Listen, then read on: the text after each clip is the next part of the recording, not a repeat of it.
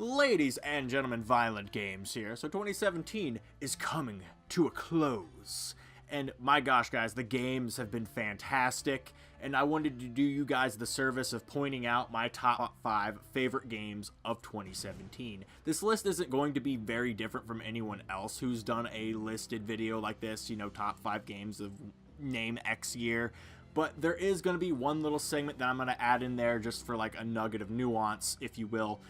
And that's going to be my milestone segment, which is where if a game, like let's say not necessarily gets game of the year for me, but I think accomplishes, sorry, I can't speak English, something that I think is significant, then I want to bring it up as a milestone. So I'll just be randomly slapping milestones on certain games that I think deserve them. So without further ado, let's jump into our list.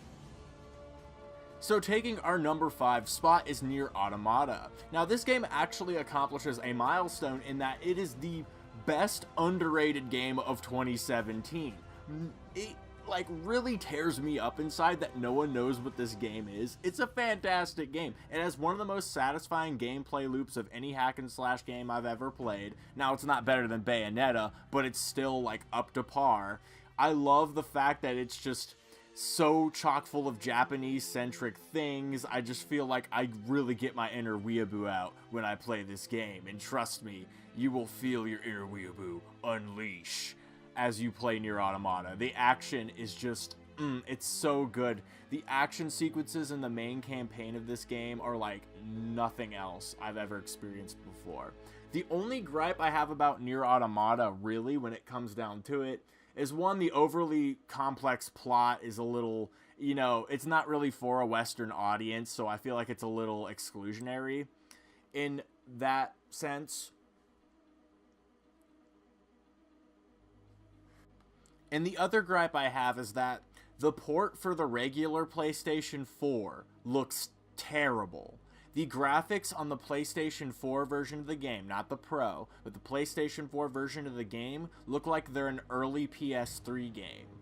The texture on the ground and sand and grass is like two-dimensional if you do not have the PlayStation Pro. Now, I had to upgrade due to some issues with my PlayStation, and I got to play on that superior version, but I'm telling you guys, if you are like a graphics nerd at all, like even a little bit, you might be a little turned off by the way this game looks if you get the regular PS4 version. I just wanted to warn you guys because I switched between, like I was playing this game while I switched between the PS4 and the PS4 Pro, and when I plugged it into the Pro for the first time, I wasn't thinking about it, but it was a Pro enhanced game.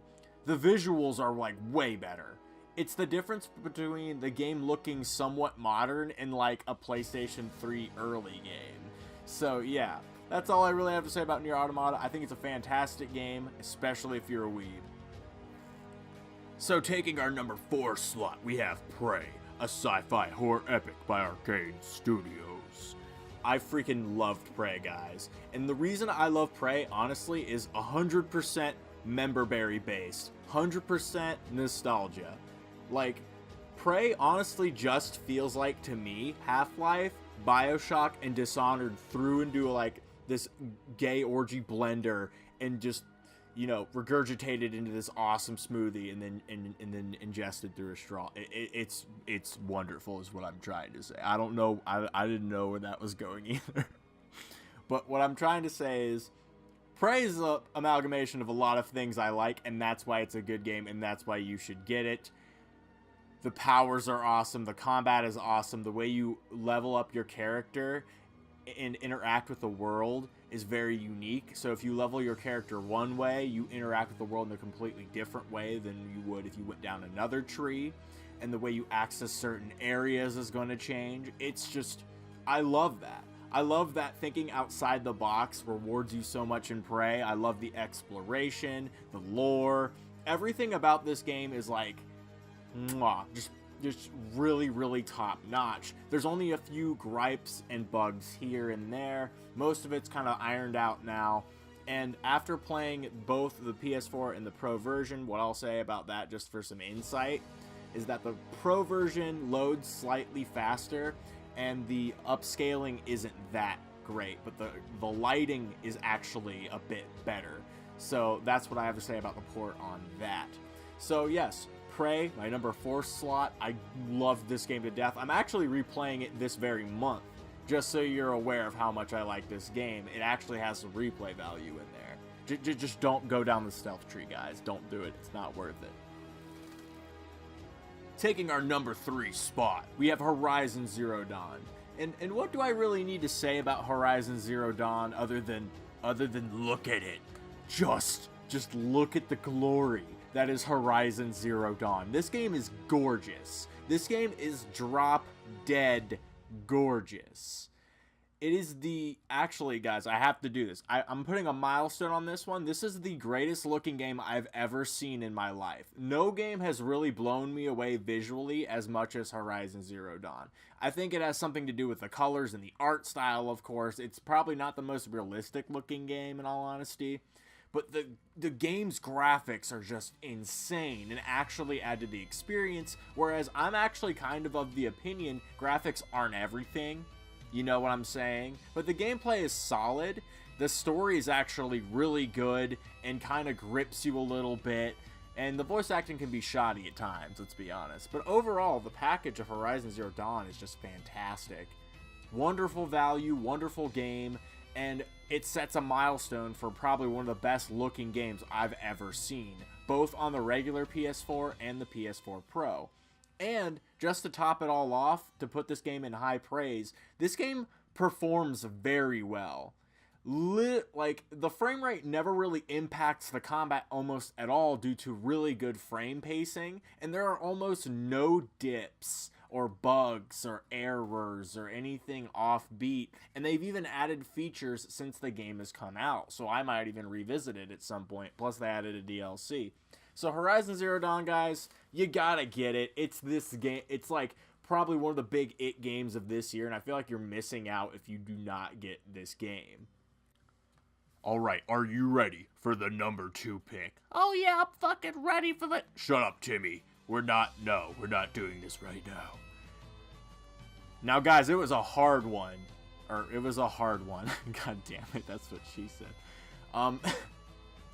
It was very difficult picking between this game and the next game for Game of the Year. I cannot tell you how close it was. I kept flip-flopping between this. It took me like literally half a week to decide between these two games. So like, it really just, I almost like say it with a sorry heart that I have to give this game number 2 because I just love it that much.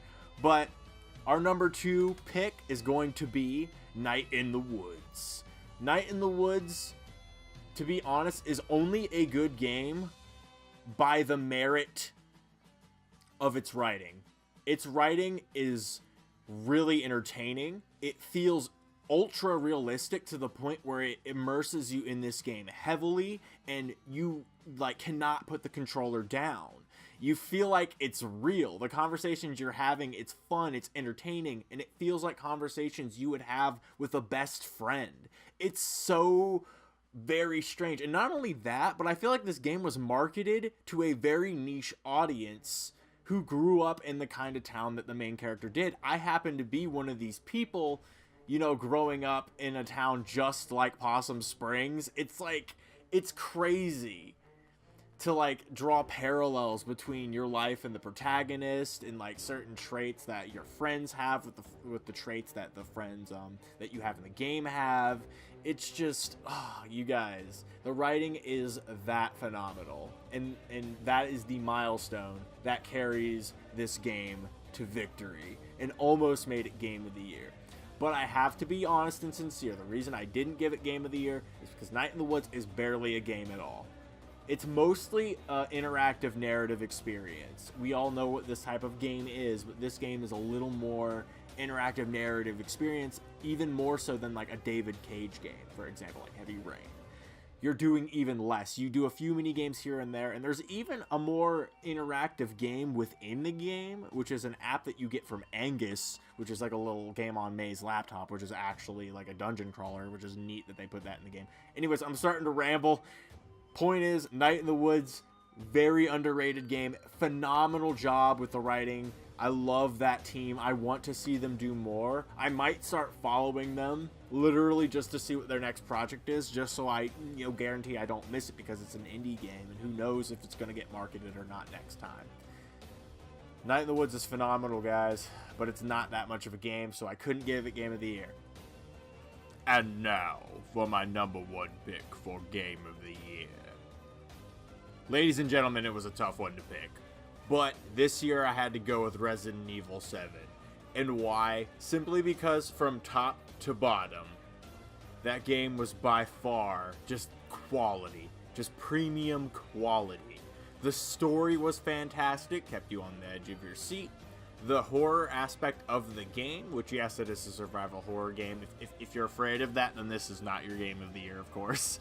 But the horror aspect of the game was fresh and never got stale. What I'm saying is, basically a problem that a lot of modern horror games have is that they outstay their welcome, in my opinion. They tend to drag on the same scare too long that it loses its effectiveness. If you get scared by the same monster over and over and over again, you're not going to be afraid of that monster after the 7th attempt at something, and it's just going to be annoying at that point. This doesn't happen in Resident Evil 7 because they cycle through the family members of the Baker estate, and the horror is constantly fresh, and each horror is unique, and I love that. I love the way they did the horror in this game. The photorealism of the Baker's faces definitely adds to the experience. That has to be noted. So, all in all, guys, I don't think any game this year is going to beat Resident Evil 7, though I want you guys to understand that I am very biased towards horror games. So, Resident Evil 7 is definitely just I can't not love it. If I am to criticize it just a little bit, like dog on it just a little bit, I think that near the end of the game, it kind of got a little bit lame. Like, I think the shooting gallery segment wasn't really that fun, so maybe they should tighten up their first-person shooter mechanics. But I feel like if it was too refined at the same time, it would like destroy the tension of the game. So, it's give and take. You can't have everything, folks. But that's it, guys. Resident Evil 7 is definitely the Game of the Year. I do not regret anything in saying that. It's wonderful, and you should definitely get it. If you haven't played Resident Evil 7 and are remotely interested in horror, you should be ashamed of yourself. Alright, guys, that wraps it up for my top 5 picks of Game of the Year. Let me know what you think in the comments section below. I think 2017 was a phenomenal year, guys. I honestly am worried for 2018 just not being as good. So many good games came out that even games that didn't make my cut were still pretty freaking awesome, like Senwa's Sacrifice, just as an example. So many good games I didn't even get to play. And to be honest, I feel like even if 2018 is bad, we could still catch up, on games from 2017. That's how good this year is. Releases like Wolfenstein 2 that may have slipped under our radar we could pick up on. Things like that. I feel like, Persona 5 as well. I've actually never played a Persona game, but apparently they're really, really good. And then the Final Fantasy game, yeah, I didn't play that either, but yeah, you get what I'm saying. There's a lot of good games. Was Final Fantasy? No, that was 2016. I'm an idiot. Don't listen to me. So, anyways, this is Violent Games, signing off. Merry Christmas, Happy Holidays, all that stuff, guys. I really enjoyed making this one. It was a lot of fun.